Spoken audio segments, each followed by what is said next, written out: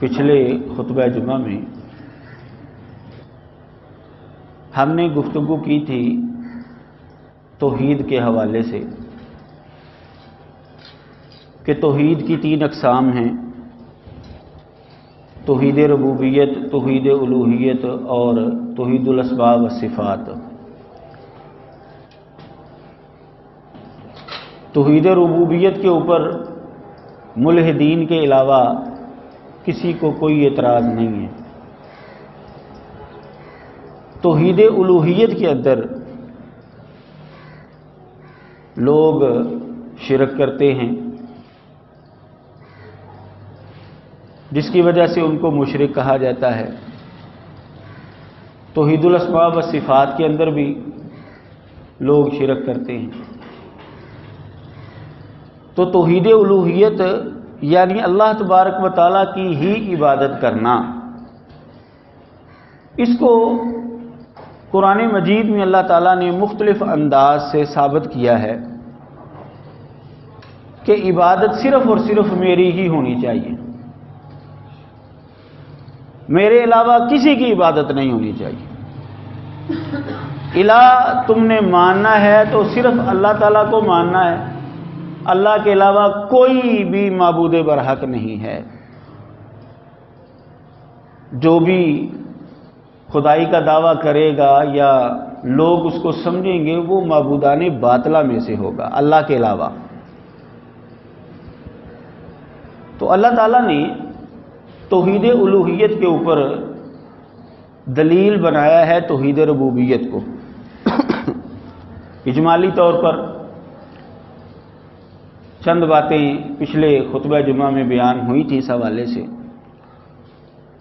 تو جب ہم تفصیلی طور پر قرآن مجید کا مطالعہ کرتے ہیں تو ہمیں یہ بات معلوم ہوتی ہے کہ اللہ تعالیٰ نے توحید ربوبیت کی کئی صفات کو بیان کر کے توحید الوہیت کو ثابت کیا ہے۔ یہ تو قرآن مجید کے اندر واضح طور پر لکھا ہوا ہے کہ مشرکین مکہ بھی اللہ تعالیٰ کو خالق مانتے تھے، اپنا بھی خالق اللہ کو مانتے تھے اور کائنات کا خالق بھی اللہ تعالیٰ کو مانتے تھے۔ تو اللہ تعالیٰ نے توحید ربوبیت کی ایک صفت یہ خلق، اس کو بیان کر کے اس کو بنیاد بنا کر بطور دلیل اور حجت کے مشرکین کے سامنے پیش کی ہے کہ دیکھو جب تم مانتے ہو کہ ہر چیز کا خالق میں ہوں تو عبادت کا حق بھی میرا ہی ہے۔ جو خالق ہوتا ہے عبادت اسی کی ہی کی جائے گی۔ قرآن مجید میں اللہ تعالیٰ نے کئی مقامات پر اپنے خالق ہونے کو بطور دلیل اور حجت کے پیش کیا۔ سورہ یاسین میں اللہ تعالیٰ نے ایک نیک آدمی کا تذکرہ کیا کہ جب اس نے نبیوں کی تائید کی تو لوگ اس کو مارنے کے لیے دوڑے، تو اس نے یہ کہا تھا وَمَا لِيَ لَا أَعْبُدُ الَّذِي فَطَرَنِي، کیا ہے مجھے کہ میں عبادت نہ کروں اس ذات کی جس نے مجھے پیدا کیا ہے۔ یعنی نیک آدمی نے اللہ تبارک و تعالیٰ کی عبادت کے لیے بطور دلیل پیش کی ہے اللہ تعالیٰ کی خالقیت کو، کہ اللہ نے مجھے پیدا کیا ہے، اللہ نے مجھے بنایا ہے، تو میں پھر اس کی عبادت کیوں نہ کروں۔ اس کا مطلب یہ ہے کہ جو خالق ہے عبادت اسی کی جائے گی۔ صالح علیہ السلام نے اپنی قوم کو جب توحید کی دعوت دی تو توحید الوہیت ان سے جب منوانے کا مطالبہ کیا کہ توحید الوہیت تم مانو، اللہ کی ہی عبادت کرو، تو انہوں نے بھی اللہ تعالیٰ کے خالق ہونے کو ہی بطور دلیل اور حجت کے لوگوں کے سامنے رکھا کہ تم مانتے ہو کہ اللہ خالق ہے، تو جب تم اس چیز کو مانتے ہو تو پھر عبادت اس کے علاوہ تم کسی کی کیسے کر سکتے؟ اعبدوا اللہ ما لکم من الہ غیرہ۔ صالح علیہ الصلوۃ والسلام فرماتے ہیں اپنی قوم کو کہ تم اللہ کی عبادت کرو، اس کے علاوہ کوئی بھی الہ نہیں ہے۔ هو انشأکم من الارض واستعمرکم فیہا، اسی نے تم کو زمین سے پیدا کیا ہے اور تم کو زمین کے اندر آباد کیا ہے۔ اللہ تبارک و تعالیٰ نے ہی انسانوں کو پیدا کیا ہے، اس لیے تم عبادت بھی اسی کی ہی کرو، اور اس کے علاوہ کوئی بھی الہ نہیں ہے۔ یعنی الہ وہ ہوگا جو خالق ہوگا، جس نے مخلوقات کو پیدا کیا ہے، اور وہ صرف اللہ تبارک و تعالیٰ کی ذات بابرکات ہے۔ یہ سورہ ہود میں اللہ تعالیٰ نے حضرت صالح علیہ السلام کا تذکرہ کیا ہے۔ سورۃ الکہف میں دو آدمیوں کا تذکرہ کیا جن کے باغ تھے، آپس میں جو گفتگو کر رہے ہیں، ایک ان میں سے توحید پرست تھا اور ایک توحید پرست نہیں تھا۔ تو جو توحید پرست ہے وہ دوسرے کو کہہ رہا ہے، اللہ تعالیٰ نے اس کا قول نقل کیا، قال لہ صاحبہ وہو یحاورہ اکفرت بالذی خلقک من تراب ثم من نطفۃ ثم سواک رجلا لکنہ هو اللہ ربی ولا اشرک بربی احدا۔ وہ توحید پرست مشرک کو کہہ رہا ہے، دوسرے باغ والے کو کہہ رہا ہے کہ کیا تو نے اس ذات کا انکار کیا ہے، اس کے ساتھ کفر کیا، خالق کا جس نے تجھے پیدا کیا، من تراب مٹی سے، ثم من نطفۃ پھر نطفے سے، ثم سواک رجلا پھر تجھ کو ٹھیک ٹھاک بندہ بنا دیا، انسان بنا دیا۔ پھر اللہ تعالیٰ نے تجھ کو مٹی سے پیدا کیا، پھر نطفے سے پیدا کیا، پھر ٹھیک ٹھاک بندہ بنا دیا تجھ کو، اور تو اس ذات کے ساتھ شرک کر رہا ہے، اس کا تو انکار کر رہا ہے۔ یاد رکھو لکنہ هو اللہ ربی، یاد رکھو وہ میرا رب ہے، لیکن وہ میرا رب ہے، لا اشرک بربی احدا، میں اپنے رب کے ساتھ کسی کو شریک نہیں ٹھہراؤں گا۔ یعنی اس آدمی نے جو توحید پرست تھا، اس نے اللہ تبارک و تعالیٰ کے رب ہونے کو، اللہ تعالیٰ کے خالق ہونے کو بطور حجت اور دلیل کے پیش کیا ہے کہ جب تو مانتا ہے کہ اس نے تجھ کو پیدا کیا ہے تو پھر تو اس کا انکار کیسے کر سکتا ہے، تو اس کے ساتھ شرک کیسے کر سکتا ہے۔ یاد رکھو میں تو نہیں کروں گا اس کے ساتھ کسی کو شریک، کیونکہ وہ میرا رب ہے، اس نے مجھے پیدا کیا ہے، جس نے مجھے پیدا کیا ہے میں عبادت بھی صرف اسی ہی کی کروں گا، میں اس کے ساتھ کسی کو شریک نہیں ٹھہراؤں گا۔ یہاں پر بھی توحید ربوبیت کو بطور دلیل اور حجت کے پیش کیا گیا ہے توحید الوہیت کے اوپر۔ سورہ فصلت میں اللہ تعالیٰ فرماتے ہیں لا تسجدوا للشمس ولا للقمر واسجدوا للہ الذی خلقہن ان کنتم ایاہ تعبدون۔ سورج اور چاند کو سجدہ نہ کرو، بلکہ اس ذات کو سجدہ کرو جس نے ان کو پیدا کیا ہے، اگر تم اسی کی عبادت کرنے والے ہو تو۔ یعنی اللہ تبارک و تعالیٰ فرما رہے ہیں یہاں پر کہ چاند اور سورج یہ اللہ کی مخلوق ہے، مخلوق کی عبادت نہیں ہوتی، عبادت خالق کی ہوگی، اور خالق صرف میں ہوں، میں نے ان چاند اور سورج کو پیدا کیا ہے، تم چاند اور سورج کو سجدہ نہ کرو، تم ان کی عبادت نہ کرو، عبادت صرف اور صرف میری کی جائے گی۔ سورہ فصلت میں بھی اللہ تعالیٰ نے توحید ربوبیت کی ایک صفت خالقیت کو، کہ اللہ تعالیٰ خالق ہے اس کائنات کا، انسانوں کا، تمام مخلوقات کا، اس کو بطور دلیل اور حجت کے پیش کیا ہے کہ جو خالق ہوتا ہے عبادت صرف اور صرف اسی کی جائے گی۔ سورہ نحل کے اندر اللہ تعالیٰ فرماتے ہیں افمن یخلق کمن لا یخلق افلا تذکرون، کیا وہ جس نے خلق کیا ہے وہ اس کی طرح ہے جس نے خلق نہیں کیا؟ کیا تم نصیحت حاصل نہیں کرتے؟ یعنی اللہ تبارک و تعالیٰ نے یہاں پر برابری کی نفی کی ہے، کہ جو پیدا کرنے والا ہے وہ اور جو پیدا نہیں کر سکتا وہ برابر نہیں ہو سکتے. جن کی تم میرے علاوہ عبادت کرتے ہو انہوں نے تو کسی چیز کو پیدا نہیں کیا.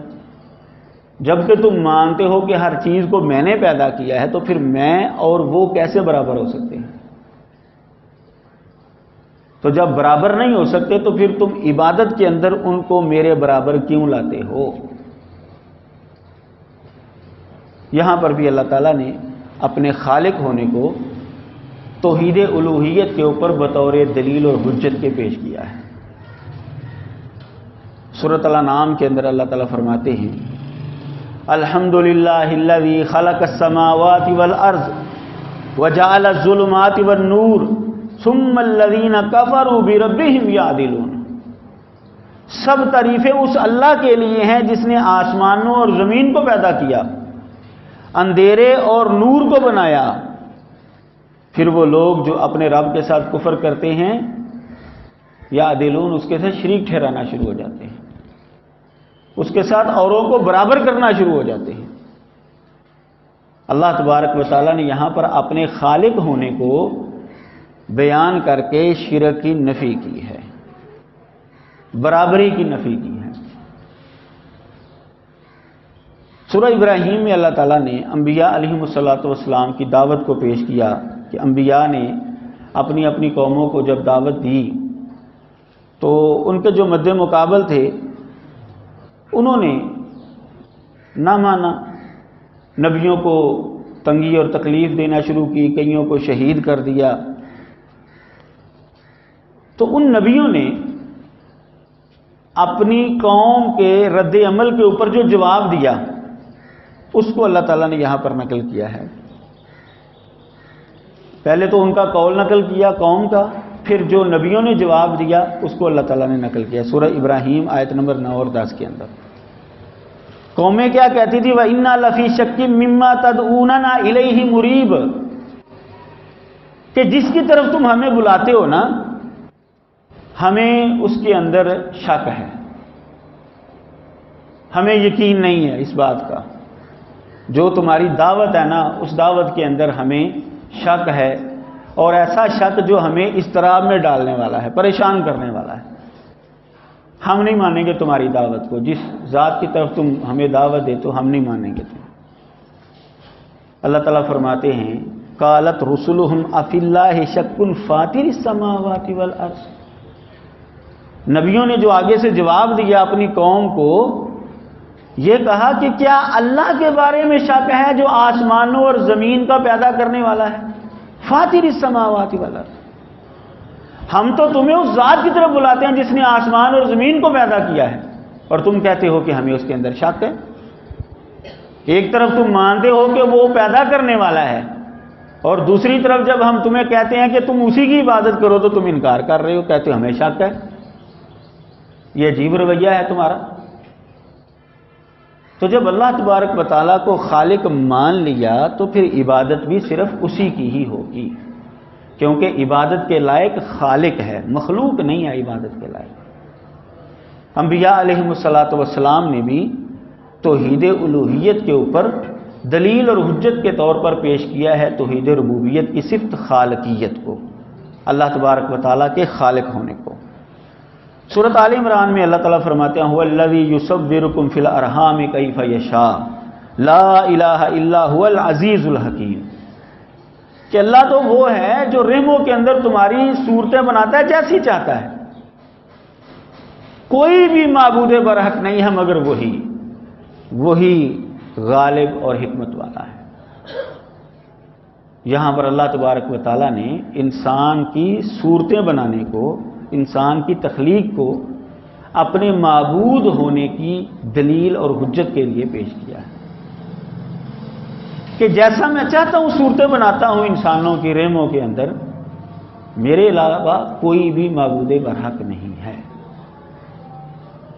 توحید ربوبیت یہ دلیل ہے توحید الوہیت کی. حضرت الیاس علیہ الصلوۃ والسلام نے اپنی قوم کو توحید کی دعوت دی. ان کی قوم بال دیوتا کی پوجا کرتی تھی، تو اللہ تعالیٰ نے ان کا قول نقل کیا ہے اتدعون بالا وتذرون احسن الخالقین.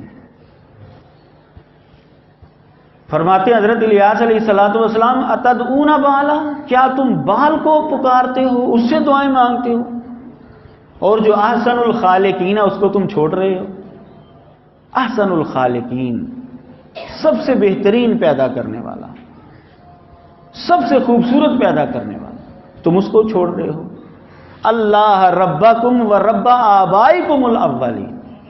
احسن الخالقین کون ہے؟ اللہ، جو تمہارا رب ہے اور تمہارے پہلے باپ داداؤں کا بھی رب ہے. اس نے تم کو بھی پیدا کیا ہے اور تمہارے جو اوپر نسل میں باپ دادا گزرے ہیں ان کو بھی اس نے پیدا کیا ہے. حضرت الیاس علیہ الصلوۃ والسلام نے بھی اپنی قوم کے خلاف حجت کے طور پر پیش کیا ہے توحید ربوبیت کو، یہ منوانے کے لیے کہ تم نے عبادت صرف اللہ کی ہی کرنی ہے، تم اللہ کے علاوہ بال دیوتا کو کیوں پکارتے؟ جب خالق وہ ہے تمہارا تو پھر تم عبادت بھی اللہ کی ہی کرو. بال دیوتا تو تمہارا خالق نہیں ہے، کیوں تم اس سے دعائیں مانگتے ہو، کیوں تم اس کی عبادت کرتے ہو؟ تو توحید ربوبیت کی صفت خالقیت یہ اللہ تبارک و تعالیٰ نے بطور حجت اور دلیل کے پیش کیا ہے توحید الوہیت کے اوپر. سورہ نحل میں اللہ تعالیٰ، سورہ نمل میں اللہ تعالیٰ فرماتے ہیں امن خلق السماوات والارض وانزل لکم من السماء ماء فانبتنا به حدائق ذات بہجہ ما کان لکم ان تنبتوا شجرها االہ مع اللہ. اللہ تعالیٰ فرماتے ہیں کیا وہ جس نے آسمانوں اور زمین کو پیدا کیا ہے اور آسمان سے تمہارے لیے پانی نازل کیا ہے اس نے، اور اس پانی کے ذریعے ہم نے باغات رونق والے جو ہیں وہ پیدا کیے ہیں، تم ان کو، ان کے درختوں کو پیدا نہیں کر سکتے، اگا نہیں سکتے، یہ اللہ ہی ہے جو ان کو مٹی سے نکالتا ہے. الہ مع اللہ، کیا اللہ کے ساتھ اور بھی کوئی معبود ہے؟ یہاں پر اللہ تعالیٰ نے اپنے خالق ہونے کو بطور حجت اور دلیل کے پیش کیا ہے کہ جب تم مانتے ہو آسمان و زمین کو خلق میں نے کیا ہے، آسمان سے پانی میں نازل کرتا ہوں، باغات میں اگاتا ہوں، تو پھر میرے ساتھ تم شریک ٹھہرانا شروع ہو جاتے ہو. یہ کہاں کا انصاف ہے؟ بھئی عبادت تو صرف اسی کی جائے گی جو ان چیزوں کا خالق ہے، اور خالق صرف اللہ کی ذات ہی ہے، لہذا عبادت کا حقدار بھی وہی ہے.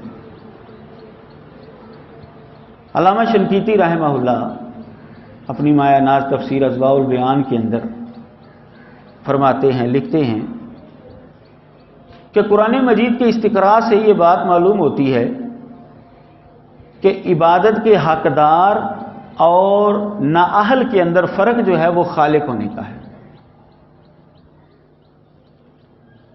اور یہ قاطع برہان ہے، قطعی دلیل ہے کہ عبادت کا حقدار وہی ہے جو خالق ہے، جو خالق نہیں ہے وہ عبادت کے لیے نااہل ہے، وہ عبادت کا قطعاً حقدار نہیں ہے. کہتے ہیں یہ بالکل قاطع برہان ہے.